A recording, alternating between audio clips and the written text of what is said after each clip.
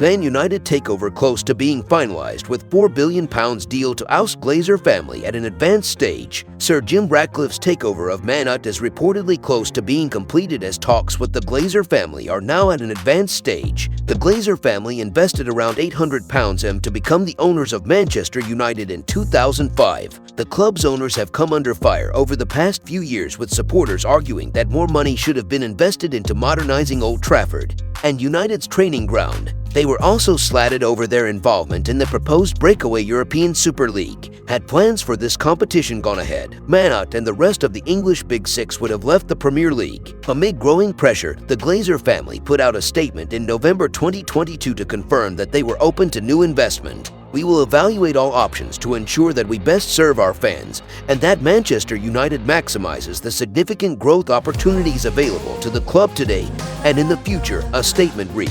"Throughout this process, we will remain fully focused on serving the best interests of our fans, shareholders, and various stakeholders." It was instantly assumed that this would result in a full sale, with Sir Jim Ratcliffe mentioned as a potential buyer. The British billionaire was interested in buying Chelsea last year, but he is a lifelong United fan, so he would instantly be more popular than the Glazer family. A spokesperson for Ratcliffe confirmed earlier this month that he is interested in becoming the new majority shareholder of Man Utd. The Glazer family are said to be keen for there to be a quick resolution, with a full sale targeted during the first quarter of 2023. Now, Italian outlet Tuttomercatoweb are reporting that Ratcliffe is close to signing Manchester United from the Glazers. The Ineos Supremo is close to acquiring United, with talks over a £4 billion deal now at an advanced stage. It is difficult to believe that Tuttomercatoweb of all outlets managed to get this exclusive information, so perhaps take this with a pinch of salt for now. Separate reports have suggested that the Glazer family would want more than £4 billion,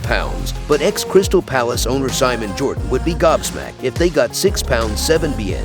If you're going to spend £5 billion on a football club, you are going to want some return on it, Jordan told TalkSport. "We cannot all expect everyone to be a fairy godmother trying to influence people's thinking by being a nation-state buying a football club for very different reasons than somebody that's a commercial man that's indexed to it for other reasons. So there has to be some form of commercial thinking behind it. So with that in mind, do Manchester United get sold at £6 divided by £7 billion? I'd be gobsmacked if they did. If it gets into the territory of between £4 £6 billion, by that I mean probably £5 billion, then the conversation happens." He added, "Jim Ratcliffe is a very astute businessman, a very successful businessman. This is nobody's fool, and obviously part and parcel of his motivation is to own arguably the biggest football club. Man Utd winning the Premier League, Man Utd being back amongst the elite, will eclipse everybody economically." In other news, Erik ten Hag drops hint about Man Utd's transfer window. Erik ten Hag has dropped a hint about Manchester United's transfer window and the potential loan moves that could take place. The Man Utd boss was asked about some players in particular, including Anthony Elanga and Facundo Pellistri, and what might happen to them this month. Elanga will reportedly be allowed leave the club on loan if the right club comes in,